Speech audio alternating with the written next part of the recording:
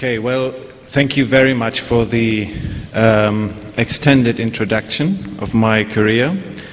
And thank you very much for mentioning that I am actually able to understand Spanish. Y también hablo español, un poquito me parece, pero no me siento muy cómodo en hablando de esas cosas importantes en castellano porque simplemente me falta la práctica. Lo que pasa, si no hablas mucho, lo olvidas. Pero bueno, yo voy a probar de responder en castellano y también se puede poner las cuestiones después de mi presentación en castellano y vamos a probarlo. So, having said this in Spanish, thank you very much for inviting me to this event, and thank you very much for giving me the chance to sharing the work of the World Future Council with this conference. When I was listening to the presentations, to the prior presentations, I had a little bit the feeling of, oh my God, I'm going to talk to the converted. Because having this really highly impressive presentation from Vancouver and seeing what areas they actually already covering, or listening to the presentation of the city Vitoria-Gasteiz and seeing what they will be doing is actually really the right way to go. But before I came here, I had the chance to be 3 days in Cairo, in Egypt, where we discussed renewable energy uptakes in the Arab world. And I had the chance for some 6 hours to just take a walk through the city of Cairo. And I can tell you it's so different from taking a walk through this beautiful city or through other cities. So what I want to say with that is, on a global scale, cities like Vancouver or cities in Scandinavia or even some German cities like my own town, Berlin or Hamburg, are actually very much advanced. And one of my key messages in this presentation is that's a good position. You're sort of pioneering and transferring our cities, but I can tell you other cities will follow. And the competition has started, the race is on, so it's good to be on this leading role because you will then attract the major investors. So just having started this at the beginning, let me start with a brief look back where human beings are actually coming from. And the World Future Council has called this, we're actually coming from Agropolis, where the major parts of the dwellers' needs, food, energy, and water, are being provided by the resources coming from the city or from the very close hinterland of the village or of the cities. This is how human beings sort of lived for thousands of years in these agropolis, and very few of them do still exist. Some of them you can observe, of course, also in Spain, but this is a little example of the city Monteregione, the city and the village Monteregione in the Tuscany. This is how it actually looked like. Mentioning Cairo, you can imagine cities have a complete different look today and a complete different footprint. So I know that you're all familiar with the issue of climate change and with the big threat of climate change, but why I like this graph is it shows the interrelation between CO2 concentration, carbon emissions, and land use change. And you see, over thousands of years, human beings have sort of lived in this agropolis, more or less sustainably, more or less renewably.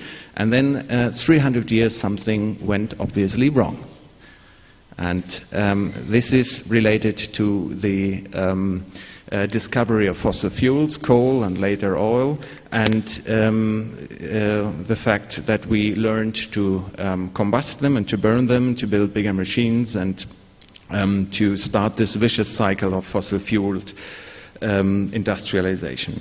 The pictures behind this graph are pictures that you've that you may have seen. When I'm having a presentation, I'm always struggling. Should I show the glacier pictures again or not? And I always decide, yes, why not? I know that you know it, but maybe some of you haven't seen these pictures, and it's always good to bear in mind that behind the dramatic figures of the IPCC, how the global temperature rise actually took place and how the CO2 concentrations are increasing, what are the pictures behind that? And glaciers and the global melting of the glaciers is a very good image to show us where we actually stand. So this is just an example from Alaska, but we don't have to go to Alaska to take these examples. This is from the Trift Glacier in Switzerland. A postcard taken from 1948, and then in the year 2000 I asked the photographer to take the very same position and take the picture again, and this is how it looked in the year 2002. And then I said 4 years later, well, go there again, whether it's, and see whether we can see the change. Always in the same season, always in the same day of the year, and you can see glaciers are melting everywhere, and these pictures are just showing us that we are not joking about climate change, but that this is a real threat and that we have to act within the next 10 to 20 years to actually convert this dramatic course. This is just the picture from Patagonia in Argentina, and you see how this looks. This is actually a nice picture, isn't it? It's a nice blue sea and everything, and for many areas in the world, especially the Himalaya region, India, glaciers are a very important element of providing water to the villages, and therefore if these glaciers are just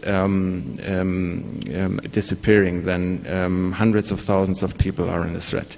So the roots for this, what we've created with the climate change issue, as I said, is the fossil fuel-based industrialization. We have discovered fossil fuels, built machines to build bigger machines, and again to build bigger machines to harvest these fossil fuels.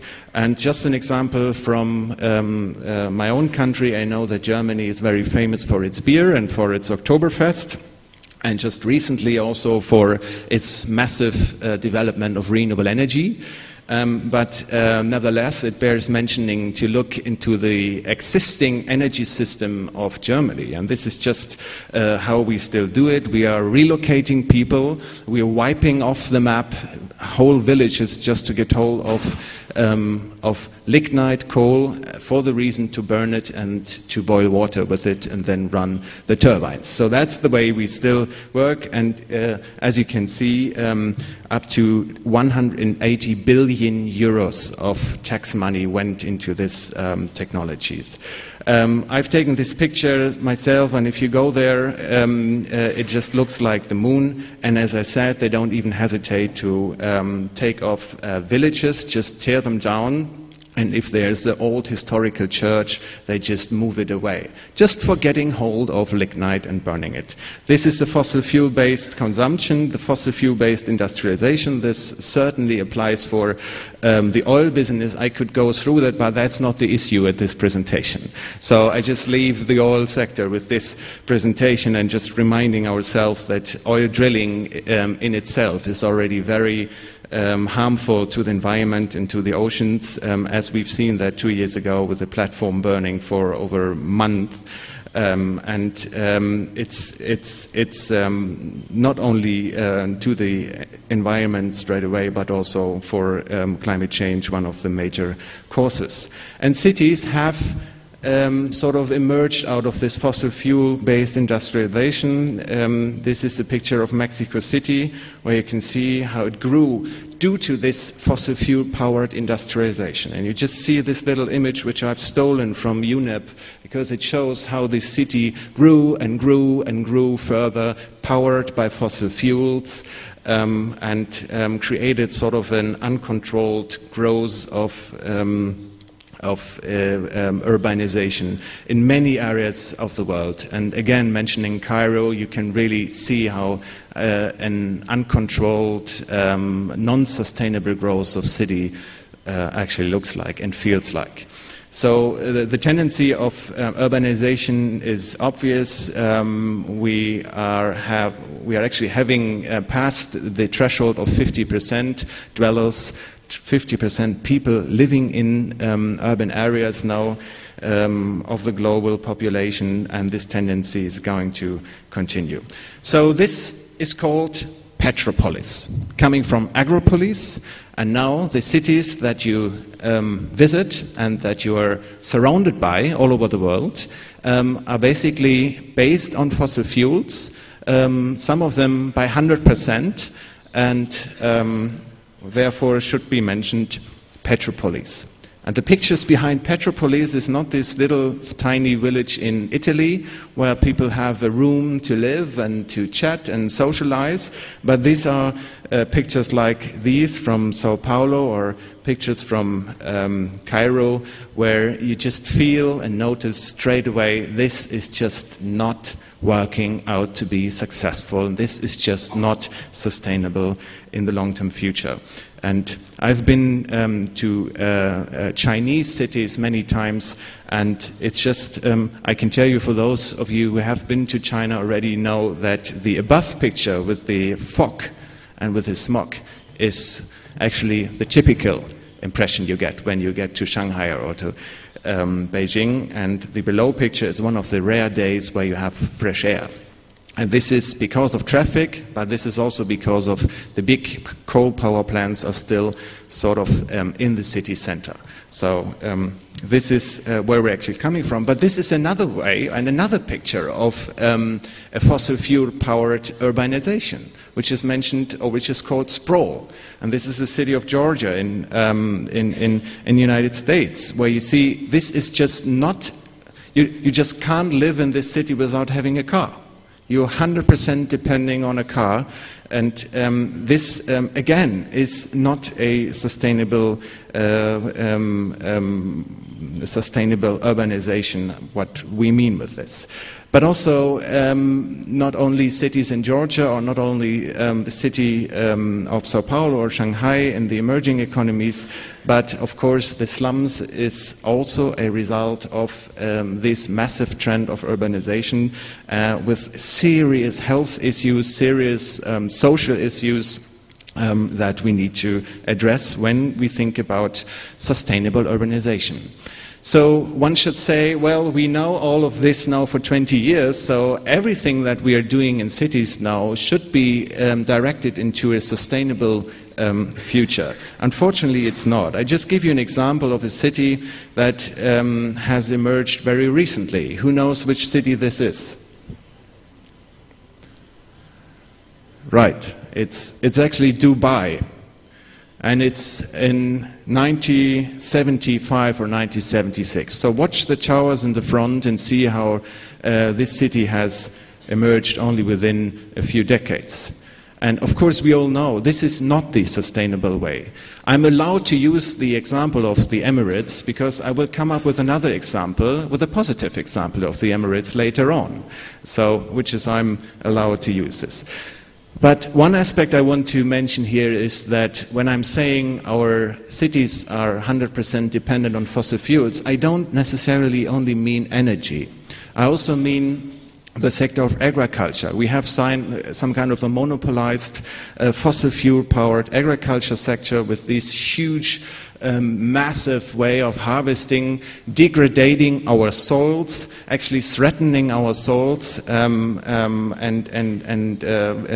converting them into deserts without giving them back the nutrition the soils need for absorbing CO2 and actually produce the food that the world needs. So we're taking off all the good stuff from the soils, we're eating it in our cities, and where does all the good stuff, all the nutritions, all the phosphates are ending up?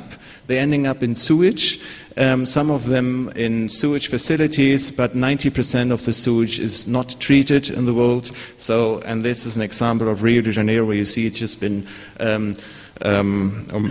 major parts of it has just been leaked into the ocean. Now you can say, yeah, but at least we have enough food and we are all eating. As you know, in the world there are more than 1 billion people suffering hunger. and in the Western state or the industrialized nations, we only eat every second bit of our food. 50% of our food is waste. And we, again, do not make use of this waste, not yet. I understand that cities of Vancouver have addressed this topic, which is very good. Other cities start to do that too. But, you know, the majority of the waste that we are producing is not recycled and is not being used properly. So just a few facts. World population increased fourfold between 1900 and 2000 because of the fossil fuel powered industrialization. The world energy demand increased by 500%. World resource demand increased in the same time 16-fold, and 2/3 of all humans will be living in cities pretty soon. And we have already passed the threshold of 50%, as I mentioned before. And nevertheless, 3 or 4% of the land surface are actually covered by cities. And this is one message I want to make here. Cities are not per se bad. Cities can be highly efficient and can be actually the best way to handle the world population growth, if it's done in a smart way, if it's done in a sustainable way. So sustainability is certainly, as you know, the major issue when it comes to cities, which is why the World Future Council invented a new term.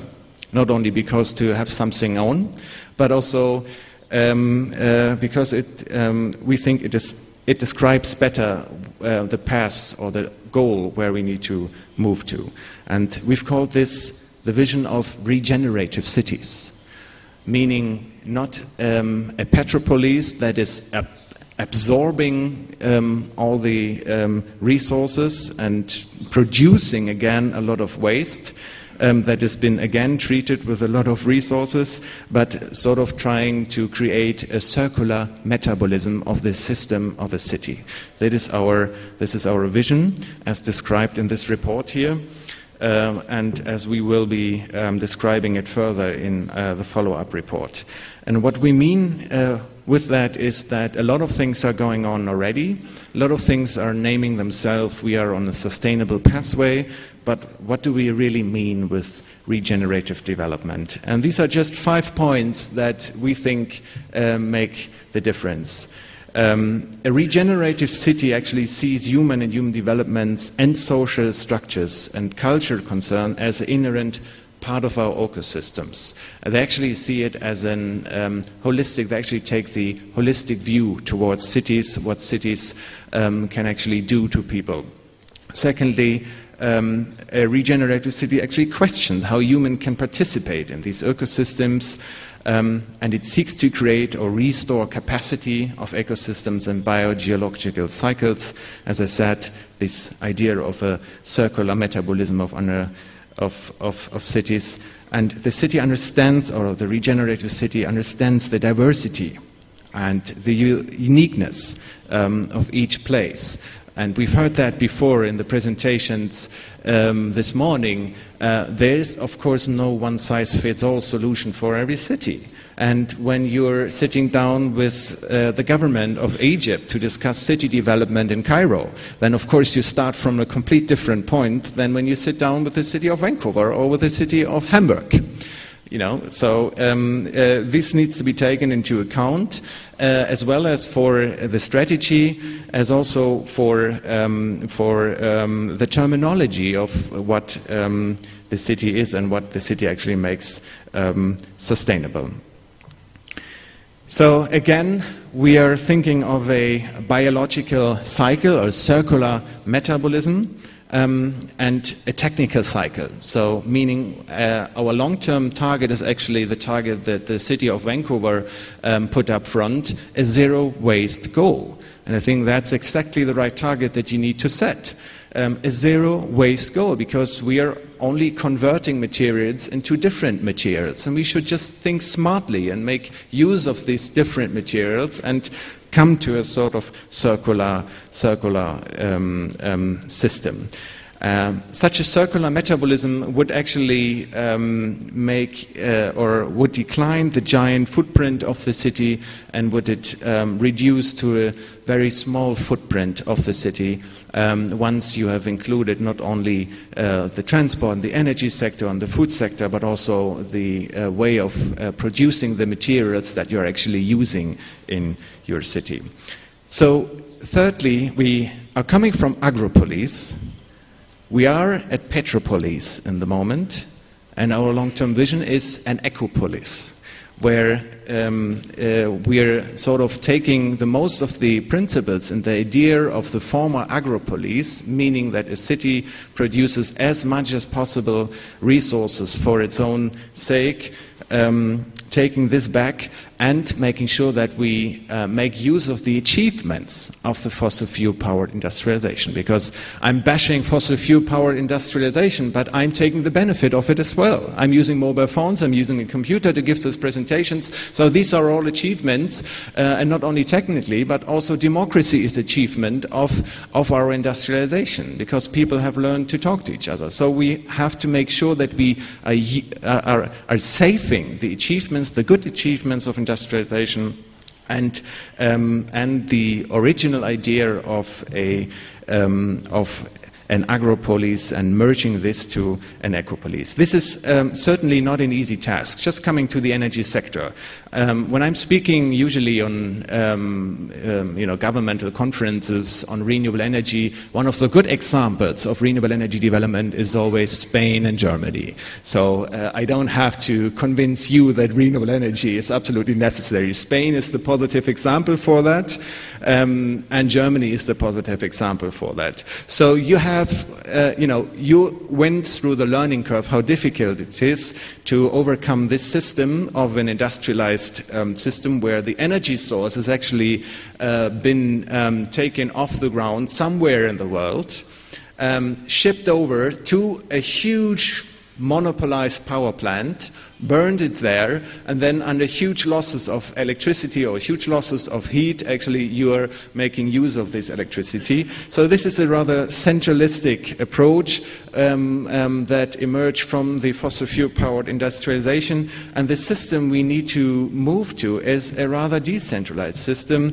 where we bring the power plant to the energy source. We bring the wind turbines where the wind blows. We bring the solar panels where the solar shines or where the sun shines. We bring the geothermal power plants where there is a geothermal capacity or a geothermal resource. So that's the way to go, and the World Future Council has sort of branded this term as the power to the people approach. Also, we've mentioned, and we've seen that in the presentation from Siemens, and I'm actually very positive about the development of the Siemens company that, by the way, has just recently announced to phase out all its nuclear business, because they probably understood what the future is and where you can actually make the money from.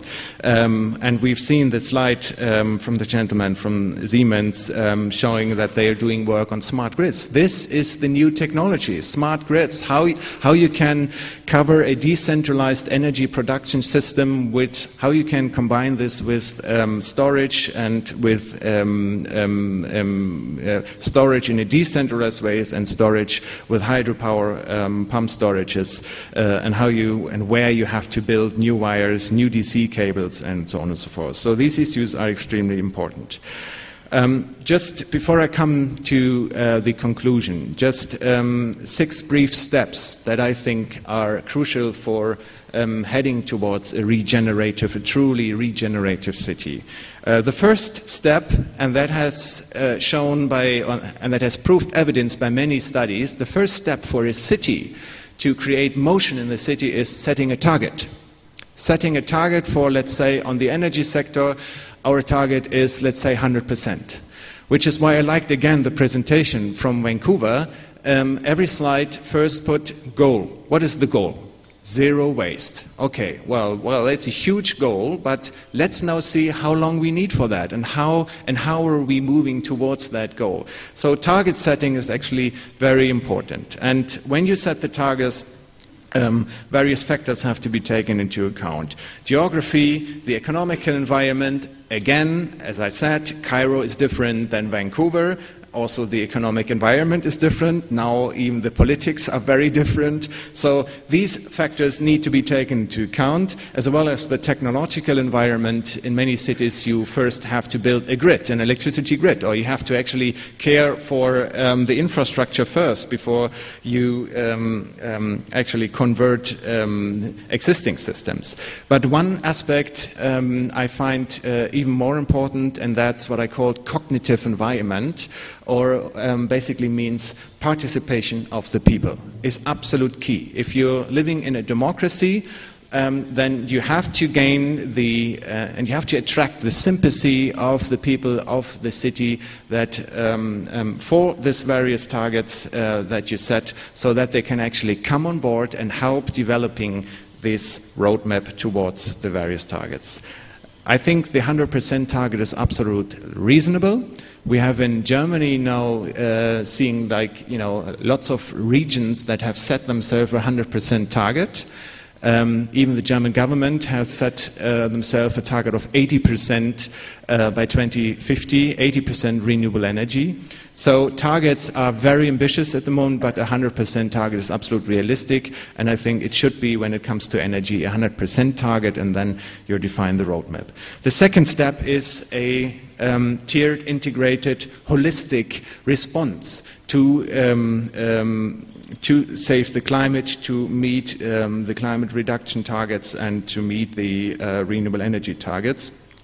So first, always look into energy efficiency.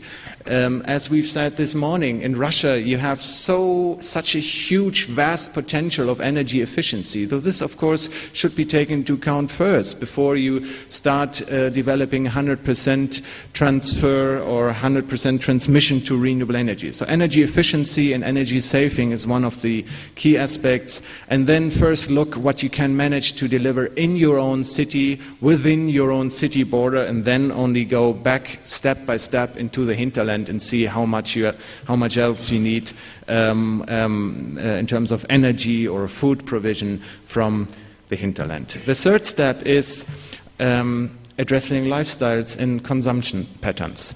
If you ask and if you look into studies, what do make people happy? What creates happiness for people? The first answer is not my car, and the first answer is not that I'm using nuclear power or anything like that. The first answer is actually, I like to be with friends, socializing. These kind of aspects are even more important for your personal prosperity than materialistic items. And this is, of course, is not reflected in industrialized nations yet. So these aspects, just from the consideration, should be considered when defining the strategy.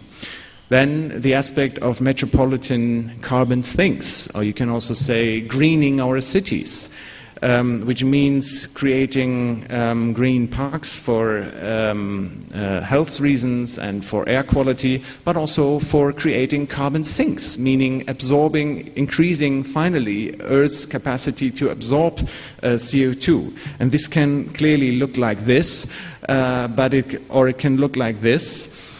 Or it can be just as easy as, well, not easy, but just as simple as it has been executed in Cuba, for example, or as a result of political reasons, Cuban villagers had to take care for their own food production and started to increase green farming on urban farming. And this is now official policy by the Cuban government because they felt that this is actually very highly efficient and good for the climate of the city. The fifth step is make the economic case. We've heard that, and wherever you go, on all conferences, you hear that. Economy and ecology is not a contradiction any longer. It is actually complementary and it belongs to each other. So when you design this strategy for a sustainable pathway or for becoming a truly regenerative city, then the economic case showing where are the jobs, where is the income, what facilities and what factories will produce what, this economic case then should be exposed and should be communicated to the public. And the last step, of course, is and one question raised this morning addressed this topic. I think the question came from there. You have different levels of different legislation levels. You have the regional level, you have the local level, you have the national level, and you have the international level.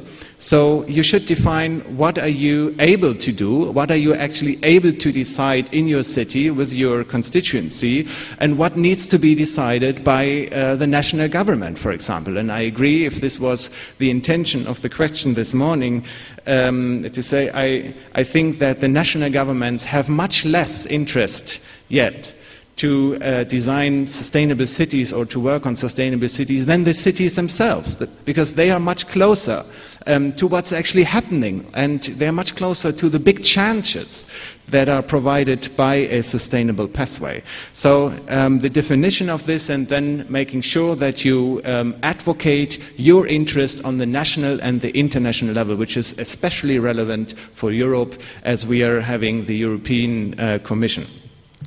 Just an example of one little village in Germany, the city of Dadesheim actually is producing by, I think, 200% more electricity than they actually need in some time, depending on the wind conditions.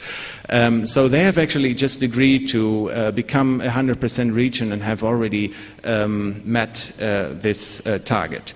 But looking beyond Europe, you may have heard about this endeavor by the Emirates to build a low-carbon or a zero-carbon 100% renewable energy city. And this is one of the success stories. Although you always have problems when you start to build a new city from scratch, I think Masdar City is one of the good examples how you actually design new cities.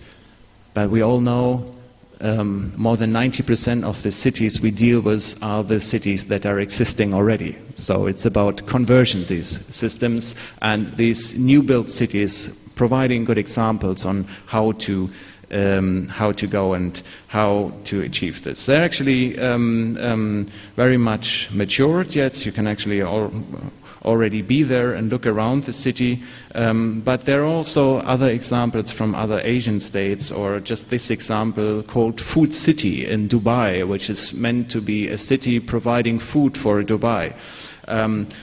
Or these highly interesting examples where you combine sports and a power plant of electricity, which is in Taiwan.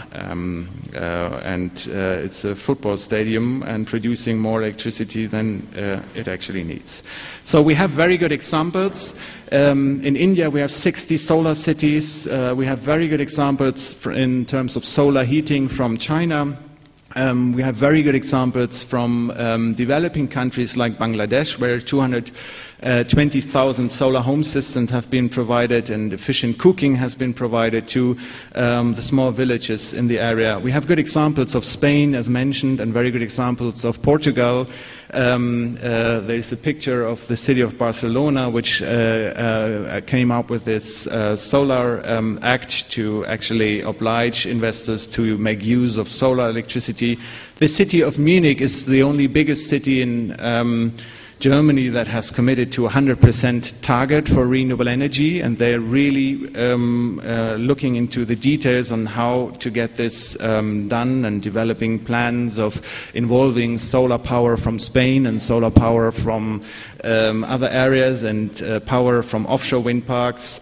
As mentioned, we have very good examples also from China addressing the low-carbon city development. But again, in China, it is difficult to convert the cities into 100% renewable energy systems, because first you have to find a new place for the coal power plants, or you have to replace them with renewable energy, because the coal power plants are actually sitting in the middle of the city.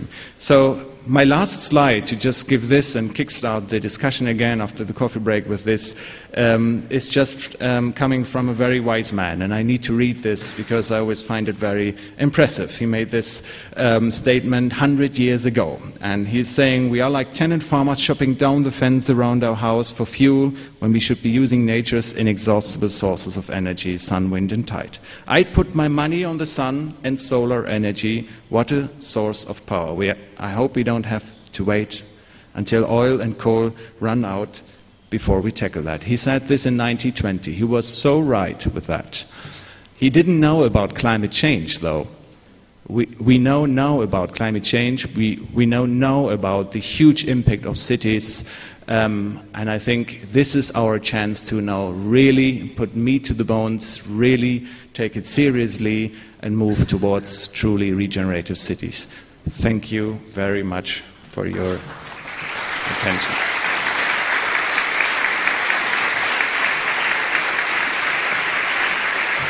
Thank you.